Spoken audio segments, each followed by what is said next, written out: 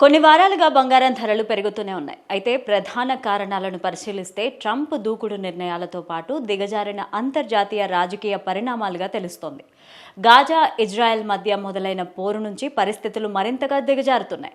ఇప్పటికే పెరిగిన పసిడి ధరలు అమెరికా మార్కెట్లో ఔన్స్కు దాదాపు $3,000 గరిష్టాన్ని దాటేసి ప్రపంచవ్యాప్తంగా పసిడి ప్రియులకు నిద్ర లేకుండా చేస్తున్నాయి.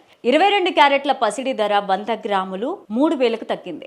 ఈ క్రమంలో దేశంలోని వివిధ నగరాల్లో తగ్గిన రీటైల్ విక్రయ ధరలు పరిశీలిస్తే గ్రాముకు చెన్నైలో 8,185, ముంబైలో 8,185, ఢిల్లీలో 8,200, కోల్కతాలో 8,185గా ఉంది. అయితే ఈ రేట్లకు అదనంగా జీఎస్టీ, షాపు యజమానులు చేసే తరుగు, మజూరీ వంటి అదనపు ఛార్జీలు కూడా ఉంటాయని అంటున్నారు. ఇదే క్రమంలో 24 క్యారెట్ల పసిడి ధరను పరిశీలిస్తే 3,300 తగ్గుదలకు నమోదు చేసింది.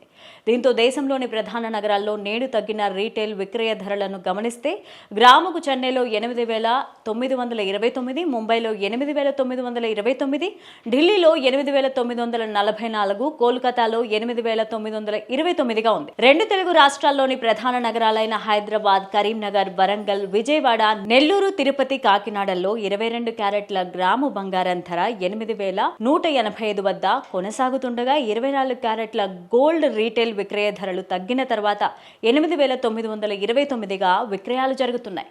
ఇదే క్రమంలో వెండి ధర కేజీ 2 తెలుగు రాష్ట్రాల్లో కూడా 1,10,000 రూపాయల దగ్గర స్థిరంగా కొనసాగుతోంది.